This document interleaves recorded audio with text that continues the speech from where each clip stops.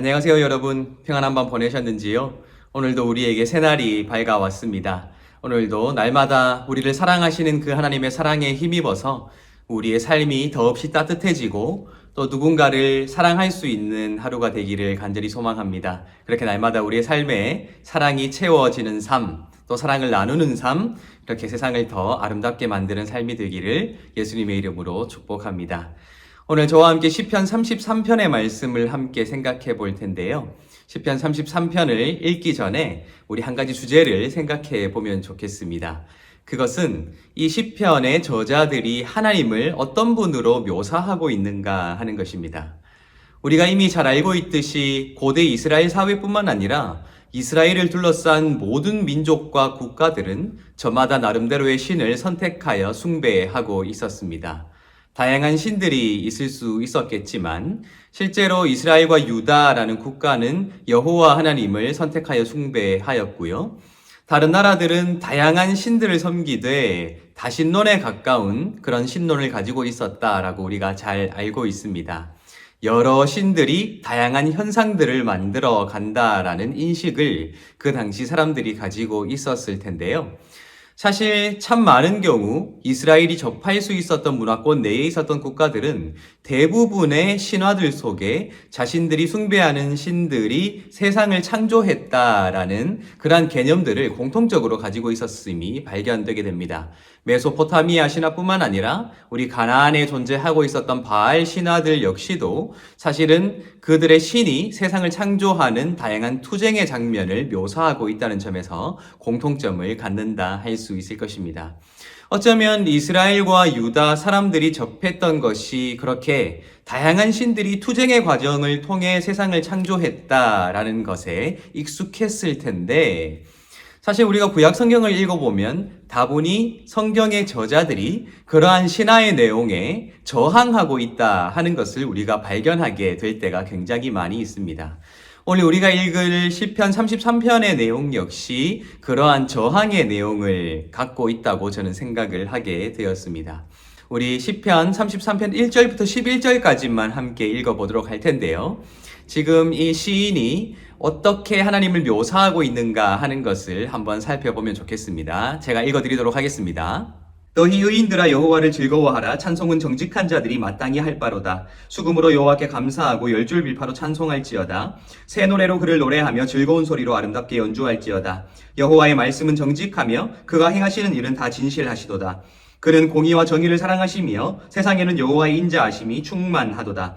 여호와의 말씀으로 하늘이 지음이 되었으며 그 만상을 그 입 기운으로 이루었도다. 그가 바닷물을 모아 무더기같이 쌓으시며 깊은 물을 곳간에 두시도다. 온 땅은 여호와를 두려워하며 세상의 모든 거민들은 그를 경외할지어다. 그가 말씀하심에 이루어졌으며 명령하시며 견고히 섰도다. 여호와께서 나라들의 계획을 폐하시며 민족들의 사상을 무효하게 하시도다. 여호와의 계획은 영원히 서고 그의 생각은 대대에 이르리로다. 아멘.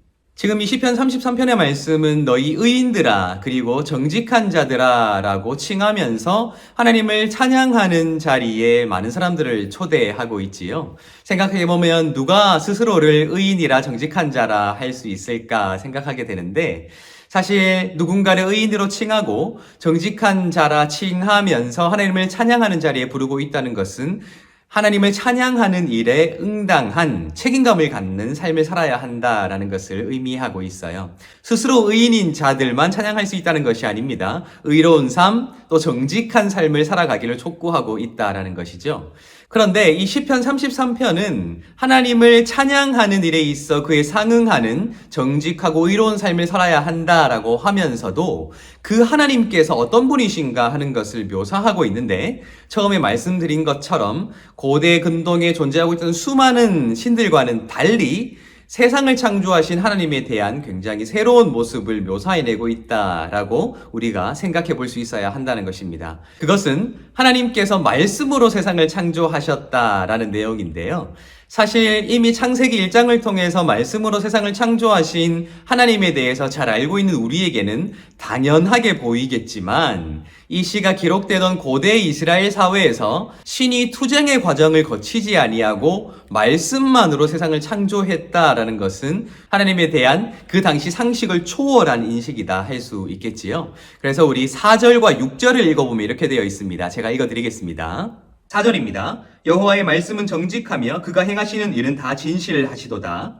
6절입니다. 여호와의 말씀으로 하늘이 지음이 되었으며 그 만상을 그의 입 기운으로 이루었도다 라고 되어 있어요. 지금 하나님의 말씀이 그의 입 기운이 만상을 이루었다. 결국 우주를 창조하셨다라는 말씀으로 기록되어 있는 것이죠. 그런데 7절에는 더 나아가서 이렇게 기록하고 있습니다. 이 7절은 창세기 1장에 기록되어 있는 여호와 하나님의 창조의 행위를 굉장히 다분히 상기시키고 있다라고 우리가 인식할 수 있습니다. 7절은 이렇게 되어 있습니다.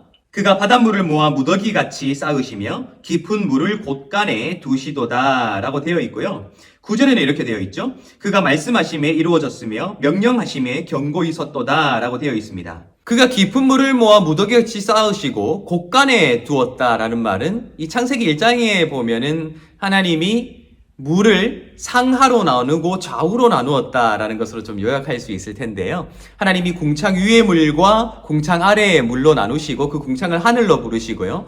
또 물을 좌우로 나누어서 드러나게 된 무틀 땅이라 불렀다라고 기록하고 있죠. 지금 그 내용을 다분히 상기시키고 있다라는 것입니다. 그리고 그 위대한 창조의 행위가 결국 말씀만으로 이루어진 것이다라고 이야기하고 있다라는 것입니다. 여러분 생각해보면 이것이 굉장히 도전적인 묘사라고 했죠.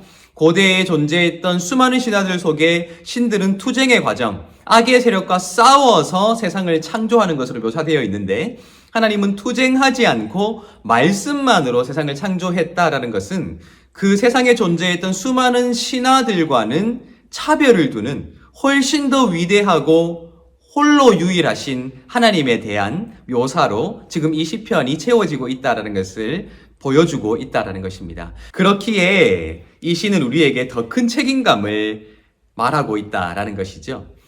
1절에서 너희 의인들아 또 정직한 자들아 여호와를 찬양하라 송축하라 라는 자리로 지금 초대하고 있는 노래가 이 노래일 텐데 단지 고대인들이 신을 인식할 수 있었고 그 범위 내에 있는 신에게 걸맞는 찬양을 해왔던 것이 관례였다면 오늘 이 시편 33편을 통해 드러난 하나님은 그 헛된 신들보다 훨씬 뛰어날 뿐만 아니라 유일하신 하나님이시기에 그렇게 고대를 살았던 동시대를 살았던 그들이 담아낼 수 있었던 찬양과 그 찬양에 걸맞는 삶보다 훨씬 뛰어난 삶으로 하나님께 영광 돌릴 수 있어야 하고 찬양할 수 있어야 한다는 굉장히 중요하고도 무거운 책임감을 우리에게 불러일으킨다 한다는 것이죠. 오늘 이 시편 3편은 그런 의미에서 다양한 도전을 우리에게 주고 있습니다. 우리 이제 신화의 시대는 지났다고 말할 수 있을 것입니다. 하지만 우리가 세상을 살다 보면 우리의 생각과 마음을 흔들어 놓을 수 있는 다양한 이념들과 사고방식들이 존재하고 있음을 우리는 발견하게 되죠. 수많은 사람들이 그러한 사고방식의 틀에 맞춰서 하나님을 상상하곤 하는 시대를 우리가 살아가고 있기 때문입니다. 하지만 고대 이 시인들, 이 시편을 기록한 시인들뿐만 아니라 고대 이스라엘 사회를 살았던 사람들은 자신들의 하나님 여호와를 인식할 때에 그 당시 보편적인 사고방식을 뛰어넘어 유일하시고 홀로 위대하신 하나님을 인식해낼 수 있었다는 것을 기억할 때에 오늘 이 시대에 우리가 우리 하나님을 어떻게 인식할 것인가 하는 것을 우리가 깊이 생각해 볼 수 있어야 한다는 것이죠. 우리에게 익숙했던 방식과 사고방식과 나 자신이 구축해왔던 상식의 틀 내에 하나님을 가두어 둘 수 없다. 오히려 하나님은 홀로 말씀으로 그 모든 것들을 만들어 놓으시고 이루실 수 있는 분이시라는 그 놀랍고 광대하시며 위대하신 하나님을 우리가 인식할 수 있어야 한다는 것을 우리에게 도전하고 있다라는 것이죠. 그리고 우리가 그 하나님을 찬양하는 사람들이라면, 그 하나님을 높여드리는 사람들이라면 그 하나님께 드리는 찬양에 걸맞는 의로운 삶, 그리고 정직한 삶을 살아가야 할 텐데 그것은 하나님을 알지 못하는 사람들이 생각하는 의로움과 정직함의 단계를 넘어서는 훨씬 더 위대한 삶으로 하나님께 찬양할 수 있어야 하고 훨씬 더 의롭고 정직한 삶으로 하나님을 높여드릴 수 있어야 한다라는 그러한 삶의 태도를 우리에게 촉구하고 있는 노래가 바로 이 시편 33편이다라는 것입니다. 여러분, 단순히 누가 정직할 수 있는가, 누가 의로울 수 있는가 하는 문제를 기록하고 있는 것이 아니에요. 하나님을 찬양하는 사람이라면 유일하신 하나님, 세상을 말씀으로 만드신 그 하나님, 세상의 사고방식으로는 가둬둘 수 없는 하나님을 우리가 믿는 존재들이라면 우리가 그 하나님께 찬양하는 그러한 입술에 또 고백에 걸맞는 삶을 살아가야 한다라는 것을 촉구하고 있는 말씀, 그것이 오늘 시편 33편에 기록된 이 노래라는 것입니다. 여러분, 오늘 하루도 우리가 살아가게 될 것입니다. 우리 하나님은 지금까지 내가 경험했던 바로 다 설명할 수 없고요, 지금까지 내가 쌓아왔던 지식과 지혜와 상식으로도 다 표현해낼 수 없는 하나님이십니다.